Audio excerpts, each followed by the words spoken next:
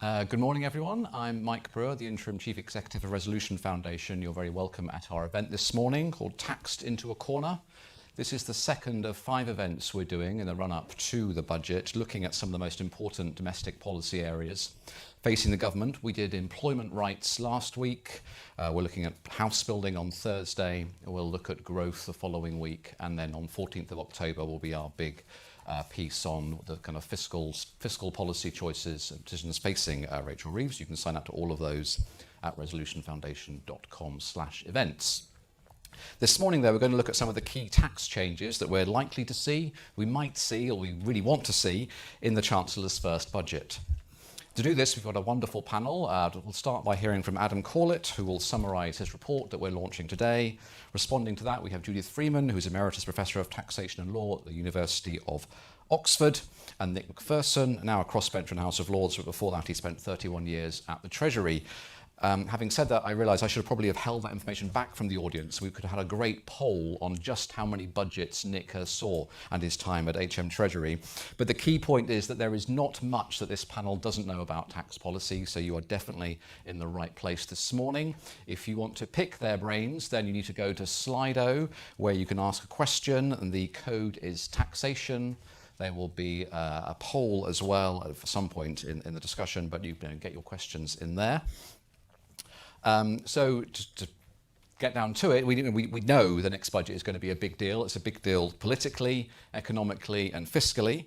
We'll come back next month, as I say, to the really big challenges and choices facing the Chancellor. How does she balance higher taxes, increases to public services she might want to put in, what does she want to do about public investment, and how does she balance all that with her fiscal rules? But inevitably the budget will involve increasing some taxes. So the question we're asking today is, what can we expect to see by way of tax rises? What might be some good options if the Chancellor feels she needs to raise some more money? And what sort of long-term tax reforms would we like to see the Chancellor and the Treasury kick off in the budget? So, Adam, what is the answer to those 3 questions? Okay, thank you, Mike. So it's 50 days to go until the budget today.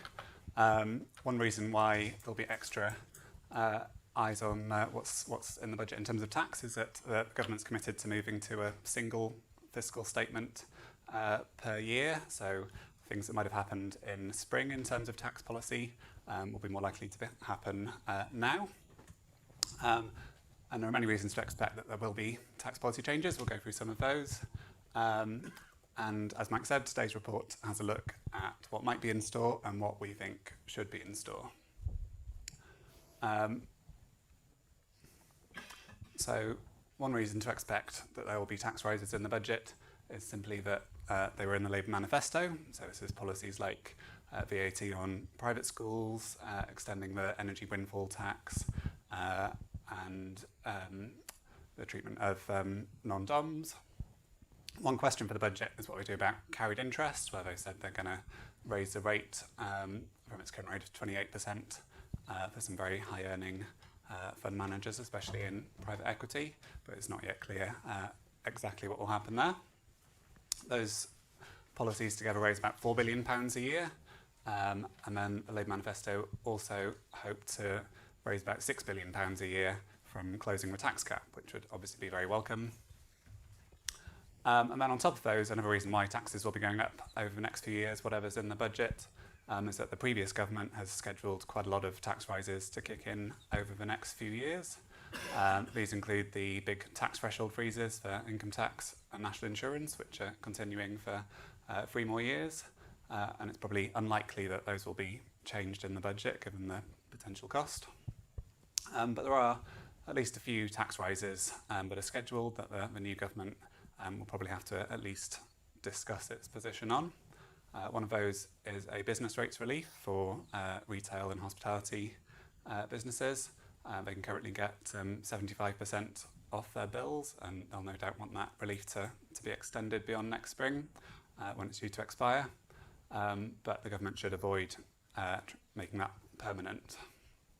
On the other hand, stamp duties are due to go up next spring, and we make the case in this report for cancelling that increase on the grounds that stamp duty is generally a bad tax and we want to use the housing stock more efficiently. Even though that would cost around £2 billion a year, the money should be found for that. On the other hand, fuel duty is also due to go up next spring. There's a 5p rise scheduled as the current temporary cut expires. And then there's also the question of annual uprating in line with inflation. So just to pause on that, next spring the fuel duty rate is due to go up by 5p plus another perhaps 1p in line with inflation. And then there's RPI increases in future years. If the new government followed the same approach as the last one and did no fuel duty rises, they'd have to spend another £5 billion a year by 2028 doing that. We don't think that should be a priority in the circumstances. If you look at the red line in this chart, that's the inflation adjusted value of fuel duty over time. And you can see that even if these scheduled increases go ahead as planned, the real value of fuel duty would be historically low compared to the last 20 years, and actually still lower than it was just after the 5p cut was introduced in 2022. And just briefly on the blue line, that's the real price of petrol as well. You can see that at the moment the cost per litre is not particularly high by historic standards, and the potential increases would not greatly change that. But none of these potential rises help with fiscal outlook, really, as they're already incorporated. While the policies in the manifesto have generally been ascribed to particular spending commitments. So it's likely that new revenue will be needed, and that's certainly the direction that the government's rhetoric suggests, and I think there are good reasons for that, given the current pressures on public services and the outlook for that spending and investment spending. But obviously the government has tied its hands quite a bit by ruling out various tax rises. The manifesto ruled out increasing the rate of corporation tax, income tax, national insurance, VAT. But we think there are still quite a few good options available for the Chancellor. These are options that hopefully wouldn't breach those commitments, would improve the efficiency of the tax system, and would fall on those with the broadest shoulders, as the Prime Minister has put it. So we're going to look at inheritance tax, capital gains tax, and pension tax reliefs. And in all of these, there are a sort of range of options, of course, from small changes to quite major reform. On inheritance tax, a small change would be extending inheritance tax to cover pension pots, where there's currently the perverse incentive to spend your other savings first and try to bequeath a pension pot, which is not the point of the pension system. And there's the bigger question of business relief and agricultural relief, which allow those assets to be usually passed on tax-free. And there's a range of options for restricting the cost of those. One is just to introduce a cap, so the amount you could inherit tax-free would no longer be unlimited. And then the UK is quite generous in how it defines these reliefs relative to other countries like Ireland and France. It could be much more tightly focused on the sort of circumstances where a family business has been passed to one generation to the next, which is kind of what the rhetoric usually implies with these reliefs. But there's a good case for being more radical and just scrapping these reliefs entirely. And then also doing the same with the residence nil rate band, which is the extra tax-free band that George Osborne introduced, where main homes are passed on to direct descendants. Doing that would raise more money, but should probably be coupled with introducing some lower tax bands to inheritance tax, so that it could start at perhaps 20% instead of 40% to sweeten the deal.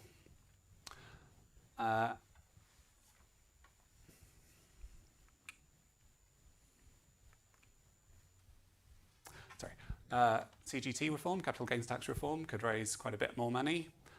This is a potentially very complicated area where there's lots of moving parts and lots of questions about what the ideal design of investment taxes is. But I think you can split it into three components.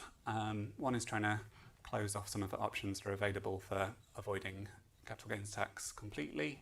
So if you can hold on to assets until death, the CGT will be sort of forgiven at death, and the person you've left it to won't need to pay any CGT. There's also the option of simply moving abroad and perhaps selling your company then, at which point CGT also doesn't apply. And I think there's a strong case that you need to deal with these big holes in the CGT system if you hope to raise quite a bit more money. But we do think that marginal rates should go up as well. There's a good principle here that different forms of income and different people should be taxed fairly equally. There's a lot of nuance here, but for example, that might mean that the top capital gains tax rate for shares should not be 20%, but about 39%, so matching the tax treatment of dividends. As ideally, we would want to be neutral about how people take their investment income, and even have even higher CGT rates for other assets such as property. But alongside that, we think it's important that inflation indexing should be reintroduced. So this means that only real capital gains would be taxed. Essentially means you could get maybe 2% return per year tax-free. That would sort of reduce some of the problems of CGT, whereby it might reduce incentives to save. Ideally, the tax system might be more neutral about when people spend their money. So a combination of higher rates to reduce distortions about how people take their money, and inflation indexing to be more neutral about when they take it, would be improvements in the tax system. And the combination we set out in the paper, we think could raise £12 billion a year, so substantial amounts. Then finally,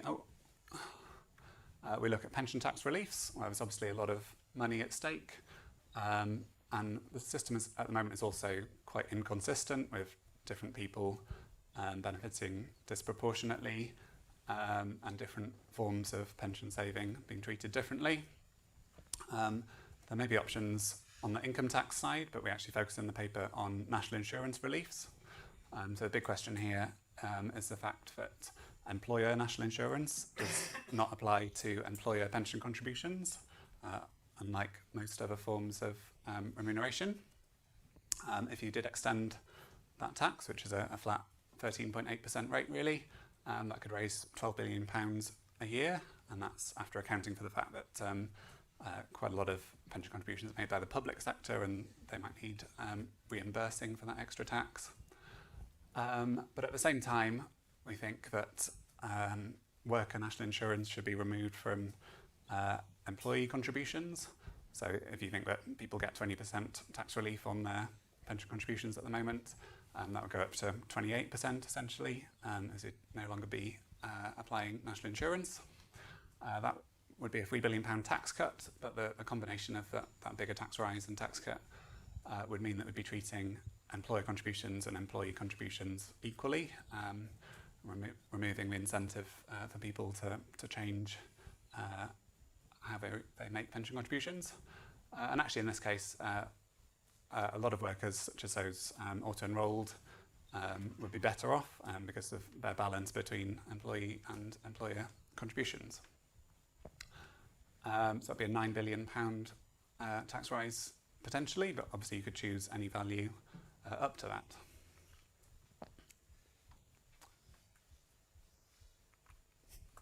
Okay, to wrap up, I think in theory there could be a lot of good things in the budget if they follow all of our advice, of course. A reduced tax gap would obviously be good, and there could be other procedural improvements along the lines that Rachel Reeves has been talking about, with a single fiscal event per year, and hopefully less messing around with the fiscal forecast in terms of perhaps being a bit misleading about what's going to happen with departmental spending and with policies like fuel duty in future. And then despite the government's red lines, we think there is quite a lot of money that could be raised. We're not saying that £20 billion is necessarily the right number, or that is what will happen, but those options are available. and that's even net of some tax cuts, such as cancelling next year's stamp duty rise.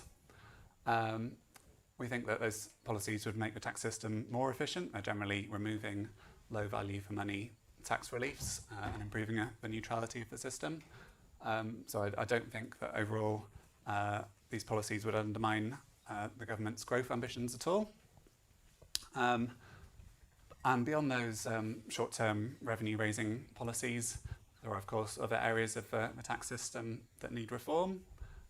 So we set out some ways in which the government could make a bit of progress on those. One is on business rates, where Labour have said that they will replace the business rate system, but it's not yet clear what that will mean. But we think that removing taxes on physical investment in the form of business rates could be an important growth-enhancing policy. Council tax obviously needs a lot of reform, but a key problem is the geographic distribution of that tax. And actually you can make probably a lot of progress just by changing the complicated ways in which local government finances are arranged. The previous government back in 2016 saw the need for a fair funding review to look again at the distribution of grants, but that never happened. So it's probably on the new government to look at that and hopefully help rebalance council tax. And then there's a big question of motoring taxes, where diminishing fuel duty over time will cause a £17 billion hole in the tax system by 2033. We've previously set out proposals for a per mile charge for electric cars, but there are a range of options that could be considered, obviously from doing nothing, which is the default, through to an elaborate road pricing system based on exactly where you are and when. But I think the key thing here is that the number of electric vehicle drivers is increasing by the day, and so the politics of increasing taxes for them is going to get harder and harder over time. So really the government should be trying to decide what it wants to do fairly quickly, even if it is nothing. So clearly there's a lot to be getting on with in terms of tax policy. Thanks. Great, thank you very much, Adam. I'll give you a clap.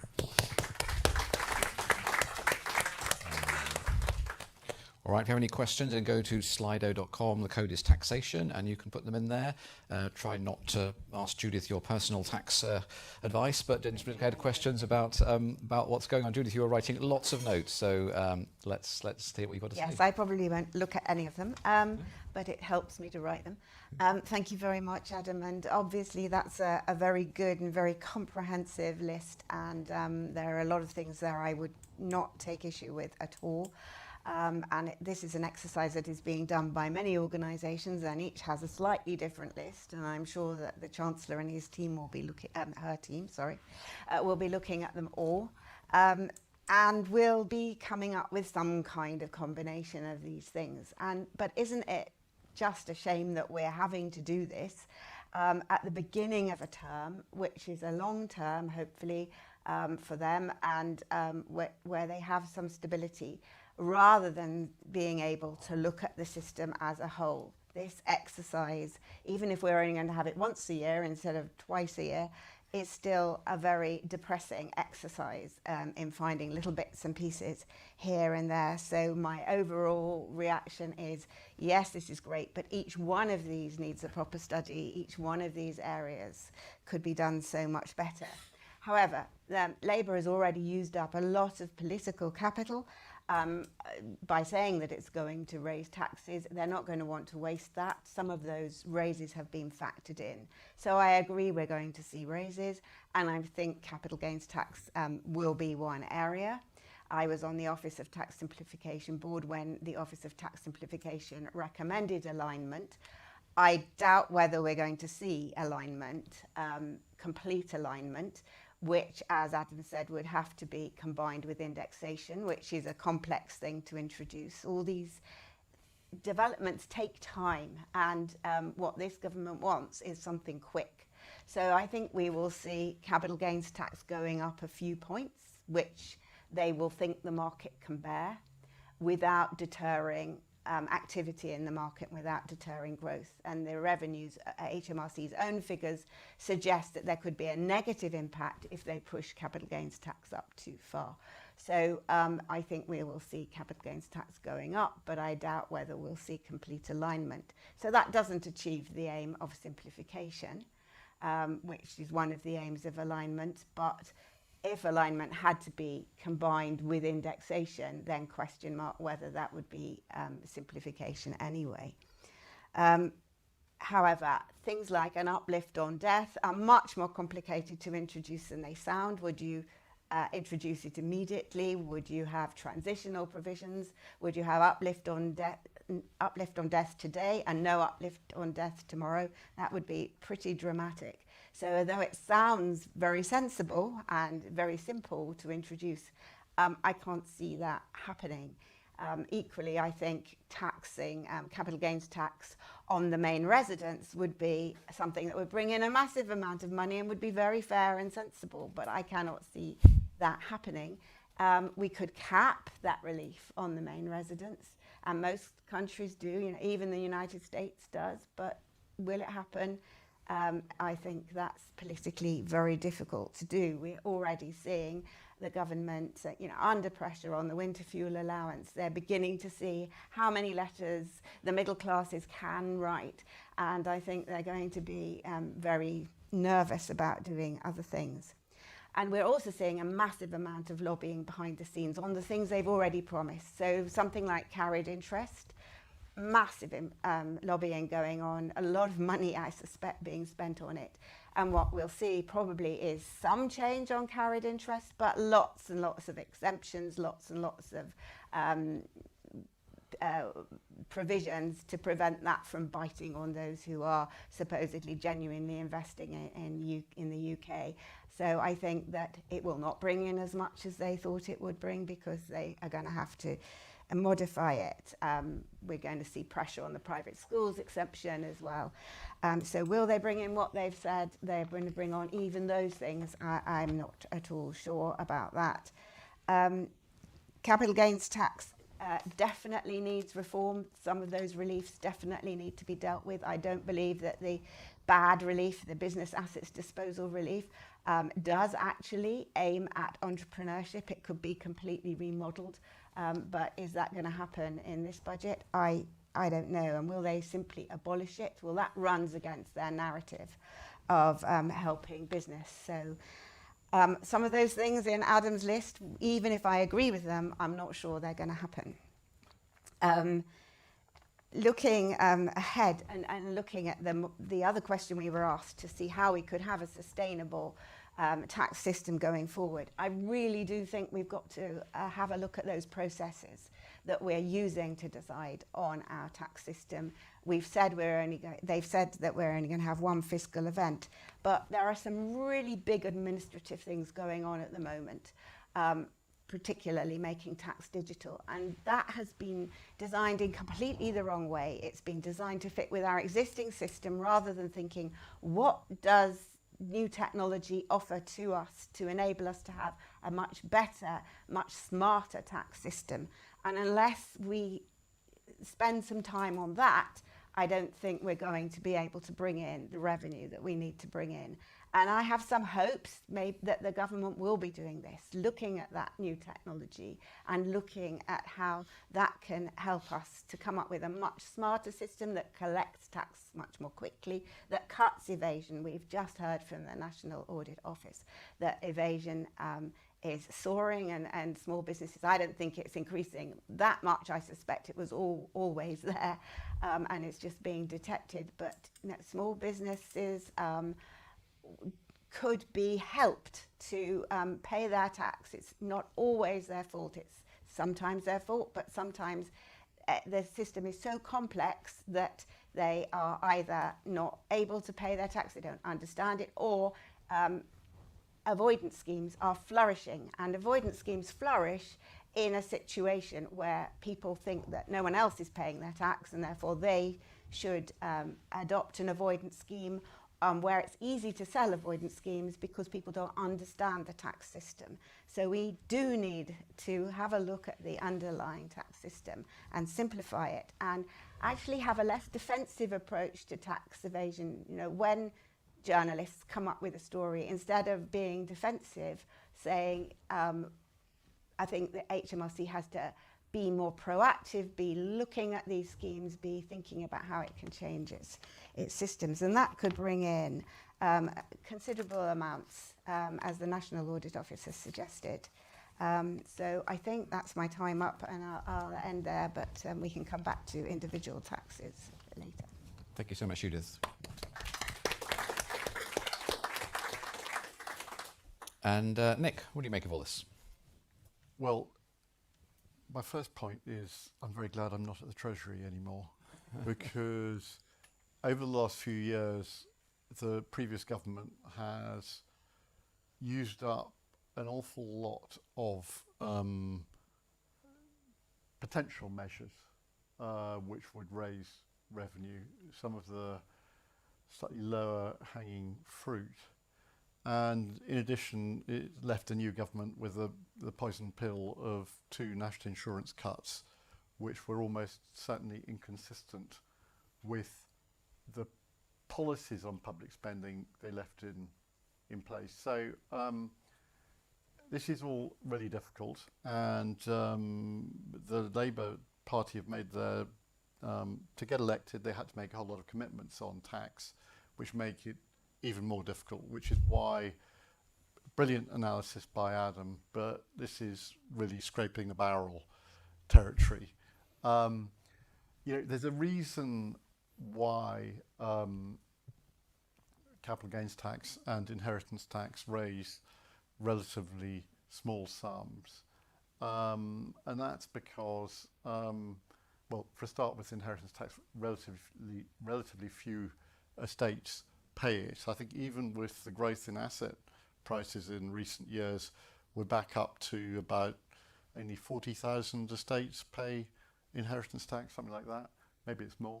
But I guess 600,000 odd people die each year, which puts it into context. And there's also been a massive change in public opinion, really from the 20s right the way through to the 1980s. There was a general acceptance of very high rates of death duty. You had death duties, even under Tory governments, of 75%. No one changed them.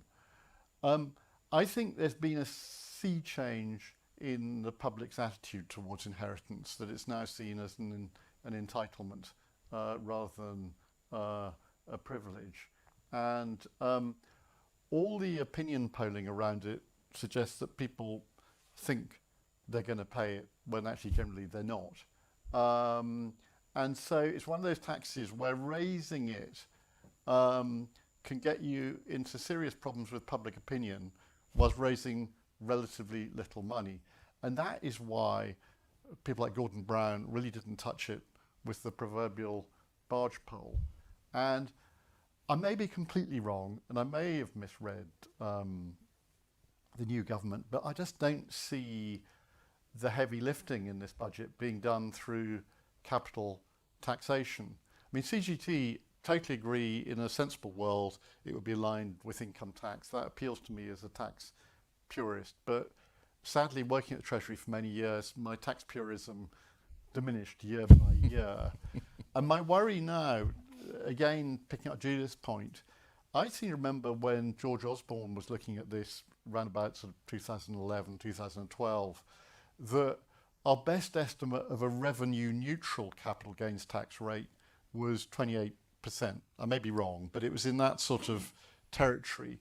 So where I agree with Judith is a step change in the rate of CGT simply isn't going to deliver revenue. People will sit on their assets and wait for the inevitable change of government, which will happen sometime in the next 10 to 15 years.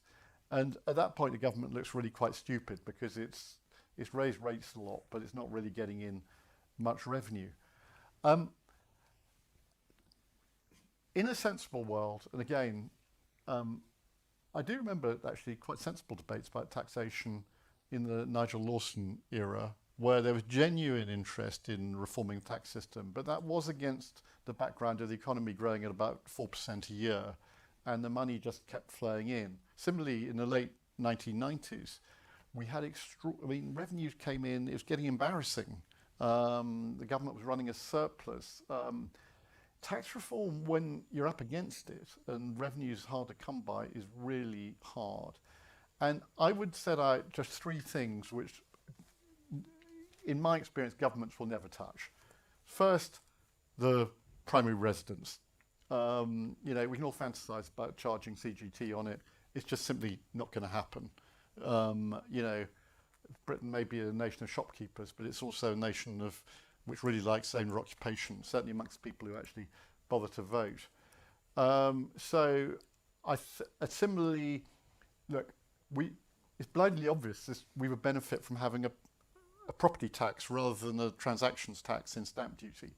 The Irish used their crisis really well to lower stamp duty and introduce a self-assessed property tax. I would love it if that would happen, but I bet you it's not least because of the lead times in introducing it. And if you're actually having to use the revenue to reduce stamp duty, is the game worth the candle? Self-employed national insurance is something which I can remember back in the 80s writing advice to Nigel Lawson saying it's high time we aligned rates. But the great Philip Hammond tried that and he had to back off within days. So they won't touch that. The other thing which, again, is a really good case in principle to tax is the famous tax-free lump sum in pensions. But I can tell you for free, that's not going to happen. And in any case, it's kind of retrospective if you were to try and raise revenue from it immediately. So I think it's going to be very hard work. I think they'll chip away at the edges of the tax system. They'll probably go after areas of the economy which are making quite nice money at the moment. I mean, there's a whole issue of the bank reserves at the Bank of England. I mean, you can either change the fiscal rules or you could come up with some quasi-tax if you don't want to interfere with monetary policy. And there's been lots of clever articles by the likes of Chris Giles on this. Definitely go after fuel duty. I agree with you. If ever you're going to go after electric vehicles, now's the time. But again, difficult territory. And anyway, most of these things you've got to run very hard to stand still on. I'm afraid, I mean, if I was still at the Treasury, I would be endlessly trying to reopen the debate on the red lines, because the risk at a time like this is you end up doing things which are really quite dangerous for the economy and impact on growth. When you're trying to be the party of business, business ends up really hating you.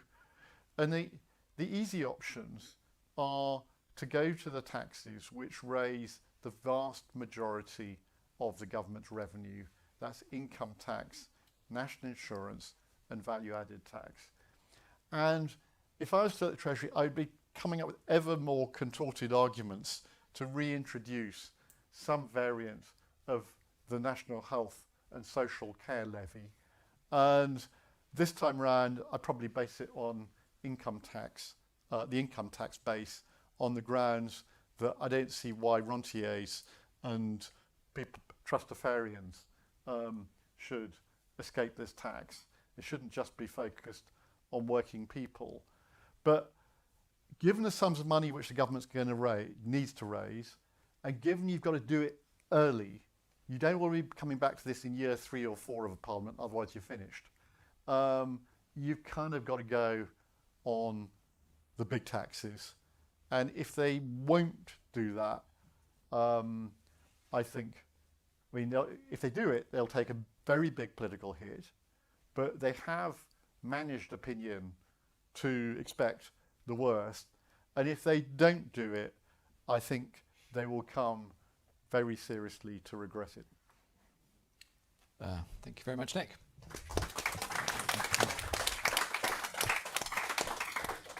So for the last time, go to slido.com, the code is taxation, put your questions in there. Nick, I'm really glad you ended in that way, because I thought it was, it needed to be emphasised. I mean, obviously, if the government had not ruled out increases in VAT, income tax and national insurance, we wouldn't have written today's report, right? I mean, if anybody asks me what's the best way to bring revenue in, I tend to say VAT. and previous governments have tried that before. George Osborne did it, and I can't remember which Chancellor it was under Labour, but and 2.5% on VAT happened twice. No one really blinked. It's it's fairly flat rates, brings in huge amounts of revenue, but it's ruled out. So the reason we wrote today's report is not because we've got it in for the people with large inheritances and capital gains. It's because the Chancellor has ruled out so many of the obvious large tax rises, and not only that, they also talked in the manifesto about not increasing taxes on working families, which really is leaving very few people left from whom you can extract some revenue. So I think it's really important to kind of end with that point. I'm going to start by going back to Nick on one of the points. I mean, to what extent is the Treasury keen for Chancellors to get the pain in at the beginning? I mean, that's another thing. Adam has a great fact in a previous report where he showed exactly what Chancellors have done after elections, and taxes do always tend to go up. Is that a sort of first law of the Treasury sort of thing? I think it's pretty much up there, simply because governments become more and more reluctant to do what the Treasury regards as necessary as parliaments go on, and a lot of measures, as Judith implies, have quite long lead times. Whether it's cutting public spending or increasing taxes, you just can't do these things overnight. So if you don't do it now, you rapidly run out of time. And also, it's at this point in a parliament the government still has a mandate. It can blame the previous government. In a year or two, it becomes far more difficult to blame the previous government. Yeah, definitely. Okay, let's spend a bit of time talking about the particular areas of reform that Adam has highlighted in his report. We'll do CGT and pensions tax relief, and then maybe we'll broaden out to some of the institutional changes that the government's talking about, and then some of the long-term tax reforms. On CGT, maybe Judith. I mean, to some extent, some of the changes that Adam and we and others are articulating for are I think about sort of closing gaps, preventing tax revenue from leaking, whereas other changes might actually affect entrepreneurship and so on. So, which do you think are the sort of easy, the most growth friendly or the least growth unfriendly sort of changes we can make to CGT? Because you and Nick are both right that it seems that as soon as you touch CGT, you're going to get howls of complaints from businesses. But of course, not every single change to CGT, need actually be discouraging entrepreneurship. Yeah, well, not from large businesses because they already have a lot of exemptions anyway.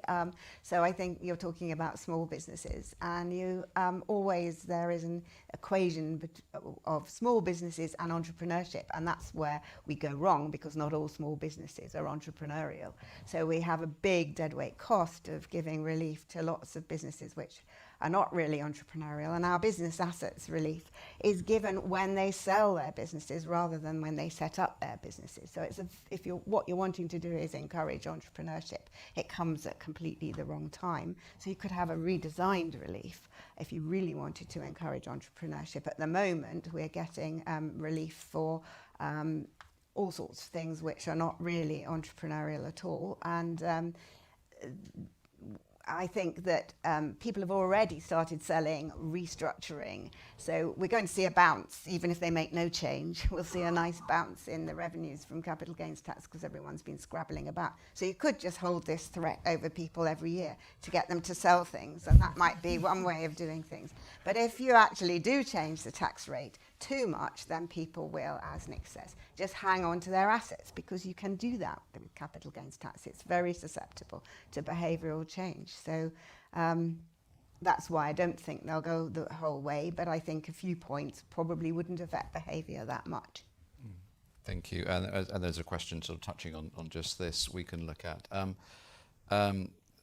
I mean, Adam, some of the areas you highlight in your report, though, while we wait for the question to come up, some of the areas you highlight in the report are areas where currently you can pay no CGT at all The question is not appearing on your screen. The question is there a risk at raising headline CGT rates and applying on exit makes it more difficult for startups to attract international talent, where paying equity is a big part of their remuneration? But as I was saying, some of the things, your thoughts are very welcome, but I was also going to say some of the areas you highlight in your report are where currently 0 rates of CGT can be applied, which I think almost all of us would agree is definitely too low a rate. Yeah, definitely. Yeah, at the moment you can move to Monaco and then sell your shares and live there for a while in luxury, and that's not a good part of the tax system. I think that there is an argument about what impact this would have on different parts of business, but like in the proposals we make would raise taxes on shares to 39%, so they're not enormously high by anyone's standards. If you're making very large amounts of money, I think for a lot of people it's a question of is your startup going to be successful? Not is the tax rate going to be 20% or 40%? Mm-hmm. Okay, great. Nick, any thoughts on CGT? It's a difficult one, and lots of people will shout.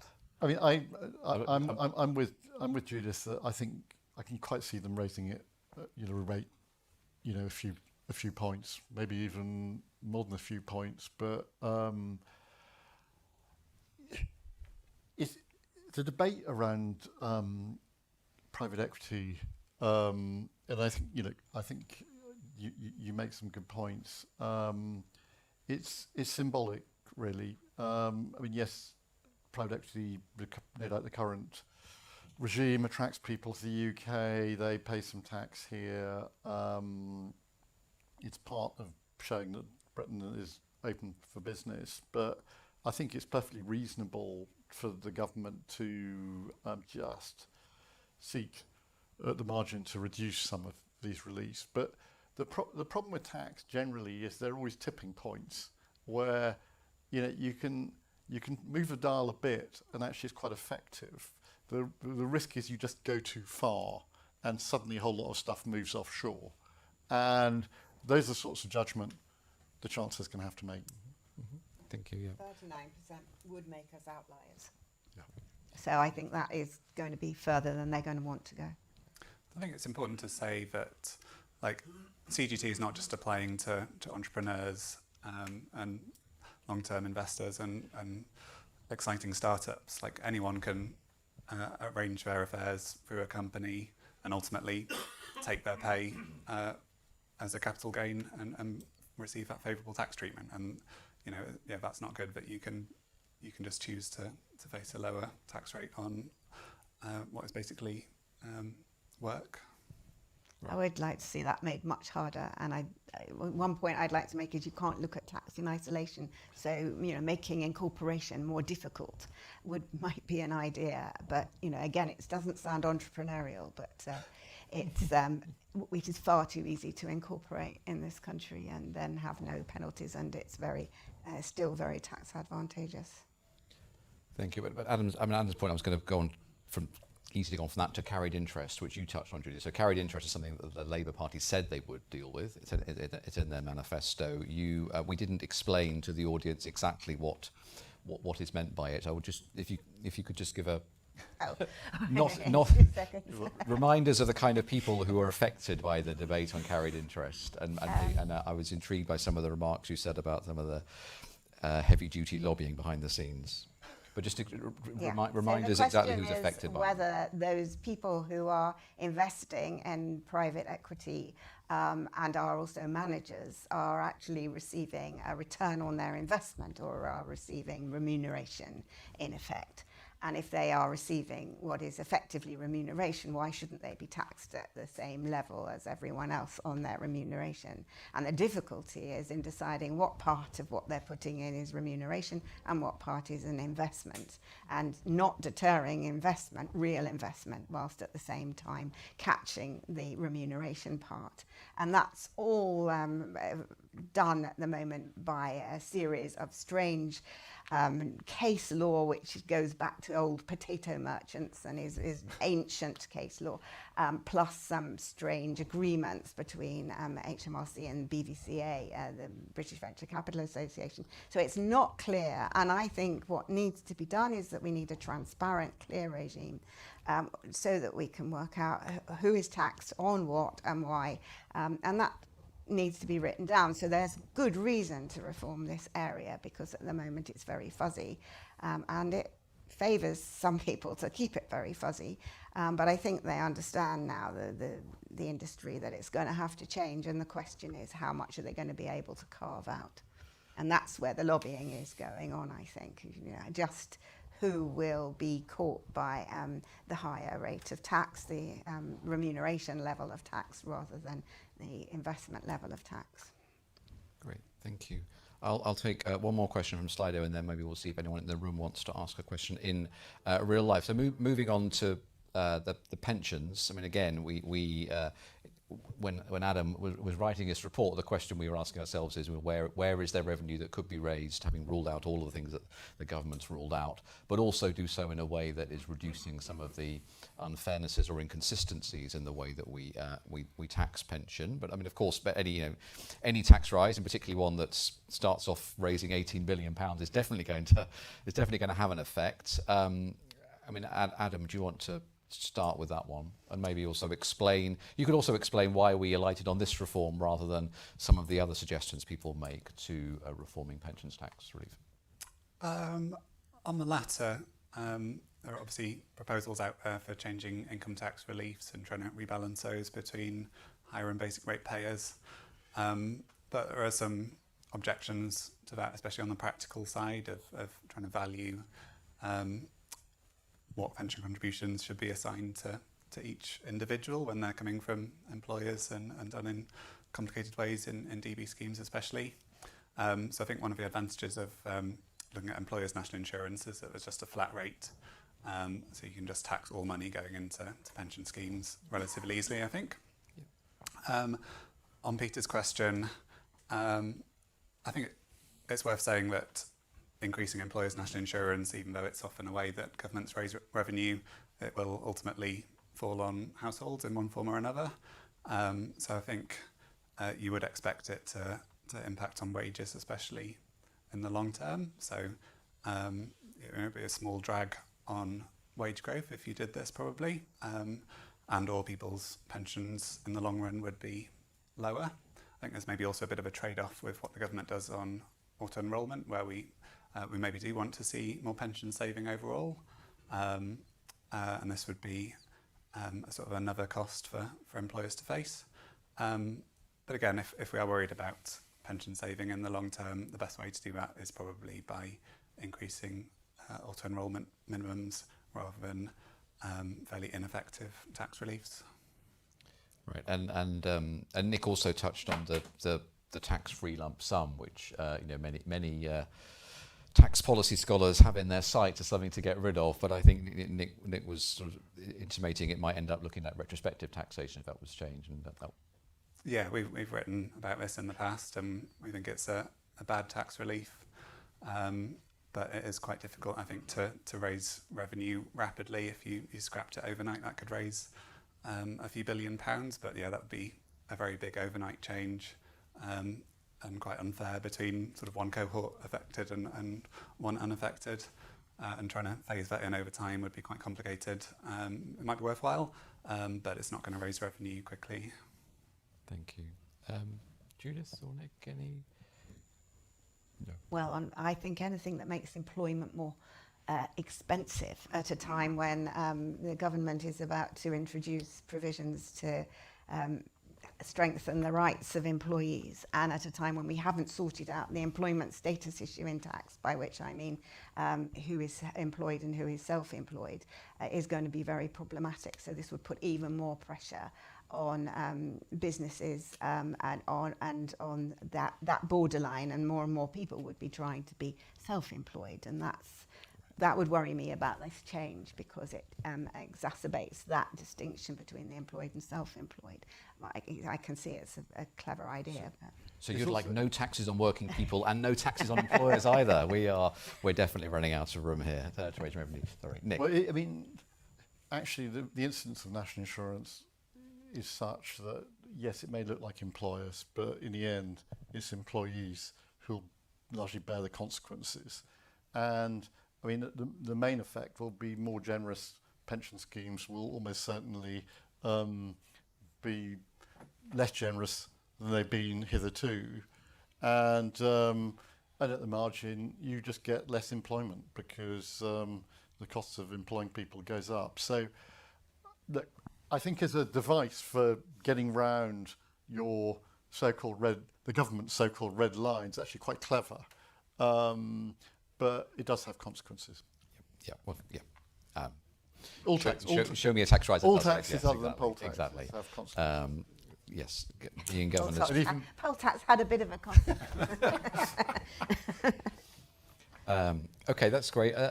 Let's pause in case there's a question or two in the room. There's 3 hands already. Sorry, gentleman on the left. It's good. So there's 2 in the front row, and then there's 1 towards the back. And then we'll see if it's time for a second round. Thank you. Fascinating. I wanted to explore this issue of would increase in CGT deter entrepreneurship. I spent several years in venture capital, backing individuals starting small businesses. My view is that their view of the world was that it was a gamble. The experience was that of 10 small businesses that we would back, 8 would fail, 2 would be successful. And the entrepreneurs were realistic people and appreciated this. They were typically in salaried employ in a big company before they took this gamble.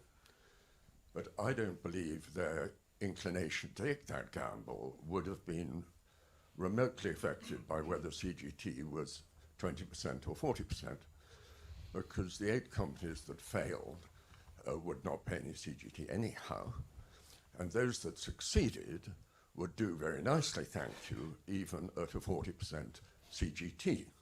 So just speaking from that first-hand practical experience, I think this idea that aligning CGT with income tax, it might, I'm not speaking of things outside entrepreneurship, that's the only area I know anything of, but within the field of entrepreneurship, and the argument's been put that it could be damaging to entrepreneurship, I'm afraid from my experience, I don't accept that there would be damage. Great, thank you very much. And then the gentleman, you could pass it along to the gentleman on your left. Thank you very much. Super interesting. David Claydon from Kaya Partners in London. I'd like to ask about the ETS taxes and carbon taxation, which you don't cover or include. And I'm very interested in, of course, the advent of the EU's carbon border adjustment mechanism, the fact that the UK ETS price, the carbon tax, is about 50% lower than the EU price. And if we align the two, my assumption is we would get more tax revenue from taxing emissions. And if we don't align the two, we'll net pay the tax anyway under the advent of the carbon border mechanism that the EU is implementing. The numbers are not small. I mean, they're sort of 5s and 10s billions. I'd just love to hear whether you think that there should be consideration, particularly in the context of the changes in motoring taxes and electrification. Great, thank you. There was a gentleman at the penultimate row. And then I'll invite the panel to respond to any of those they like. Thank you, Hugo Jai from the iNewspaper. Can I ask Nick in particular, you've got obviously long experience of making recommendations and decisions within political limits. We talked about the red lines. Can I go back to this question of the sort of pledge by Labour during the election to keep the tax burden down on working people? Is there any way of doing that? Is it a total? I mean, you just mentioned, for example, even employer national insurance contributions end up falling on employees. Is there any way you can realistically, your successors can realistically turn to the Chancellor and say, well, actually, there are these taxes that have less of an impact on working people and others that have more, or is that all just a sort of fiscal fiction?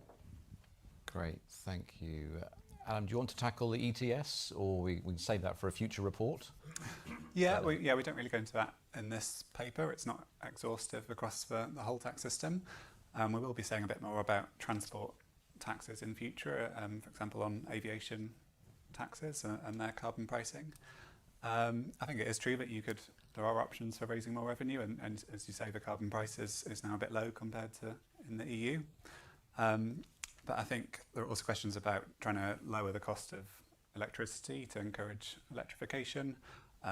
So it may be that there's some rebalancing needed, but that we don't want to necessarily raise electricity prices.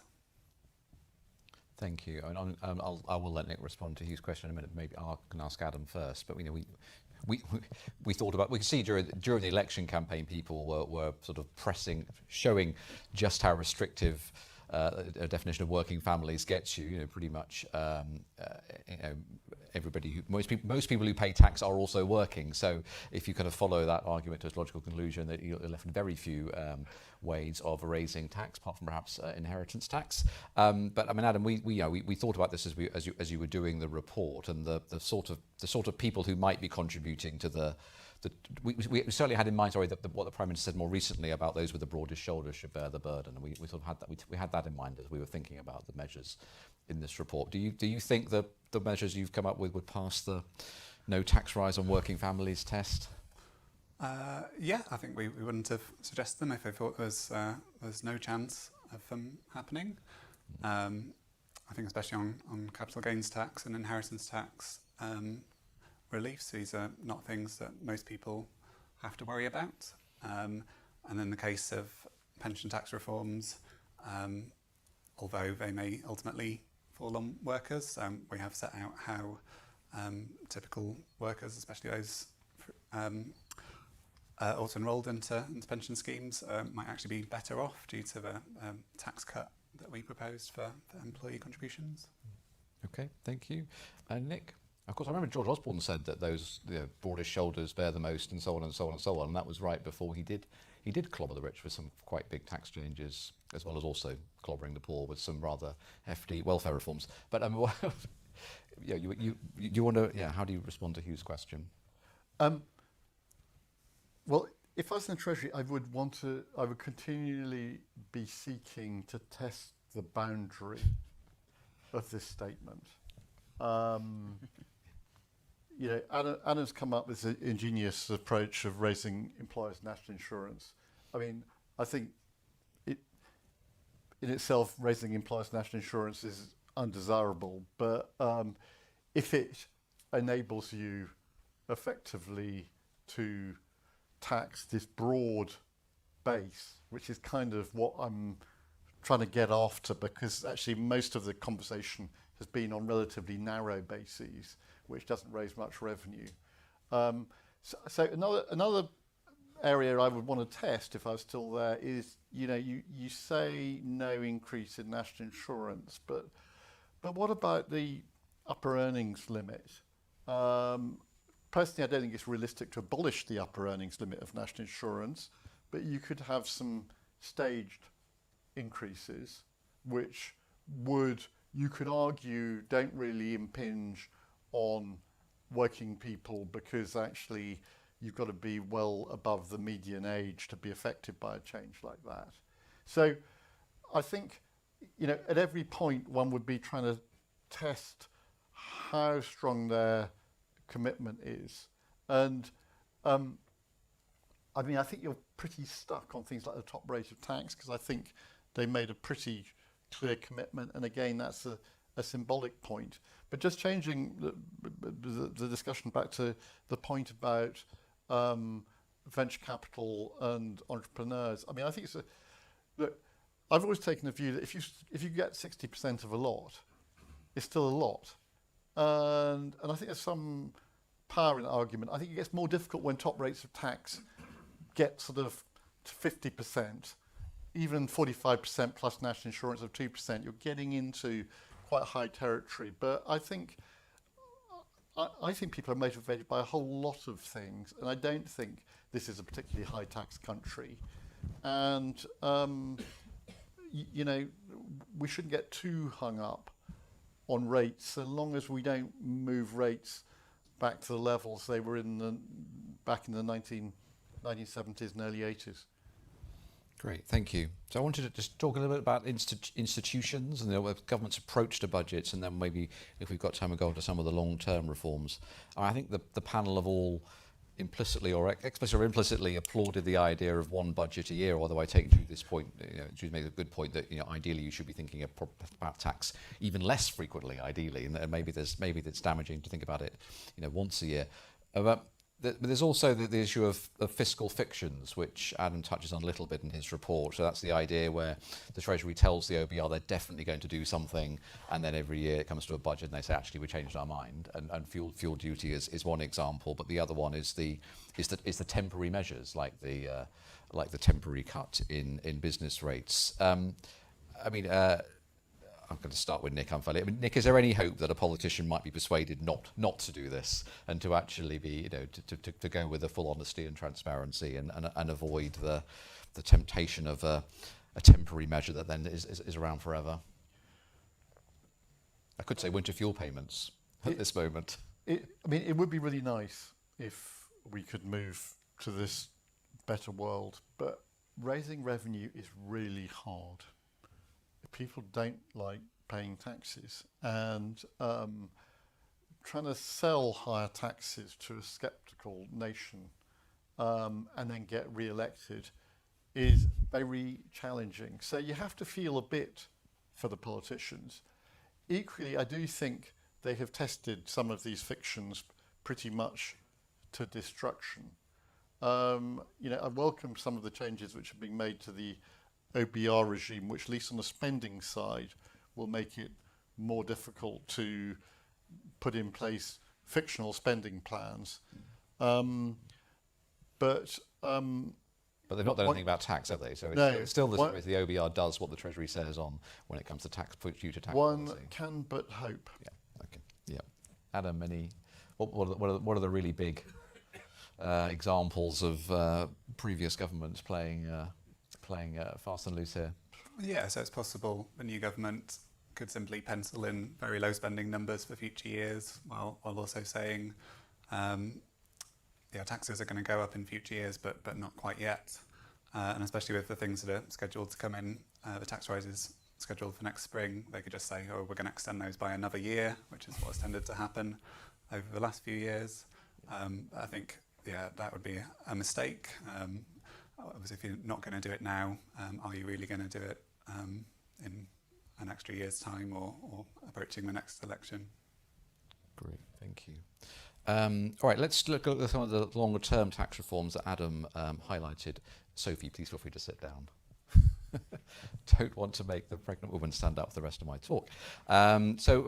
We could do a poll on this while the panel are talking. So the question we're going to ask you in our poll is, which of the following long-term tax reforms, do you think the government are likely to happen under this government? Business rates, where the government made a manifesto commitment to make some big changes. Council tax, where, let's be honest, they have pretty much ruled out all the stuff that tax reforms would like to see happening.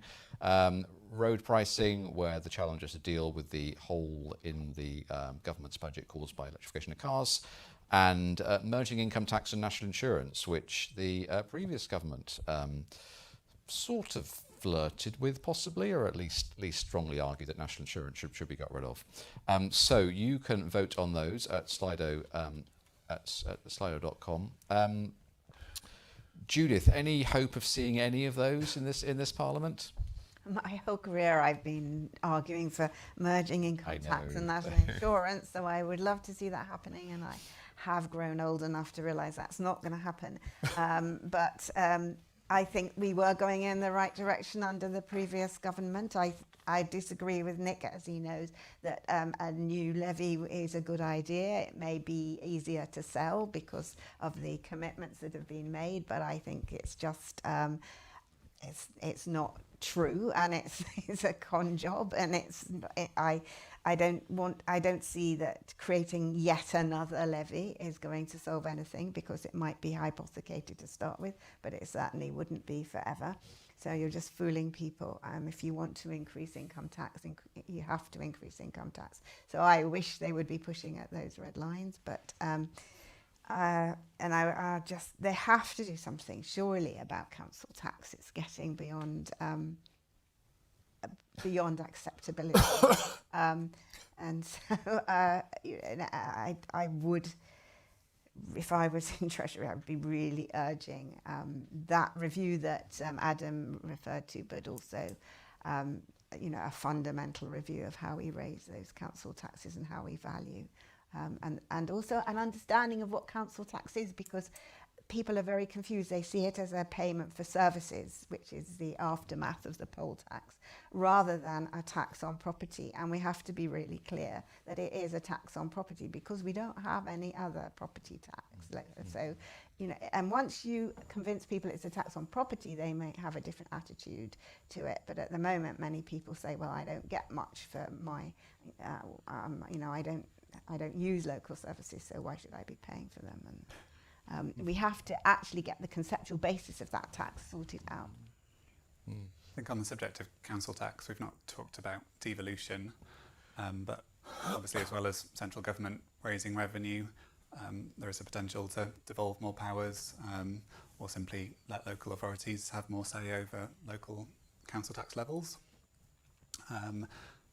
On merging income tax and national insurance, I think it's interesting that the previous Chancellor was making the case sort of against national insurance, and that it would be fairer if different forms of income were taxed more similarly, essentially. And he made a bit of progress on that by reducing national insurance.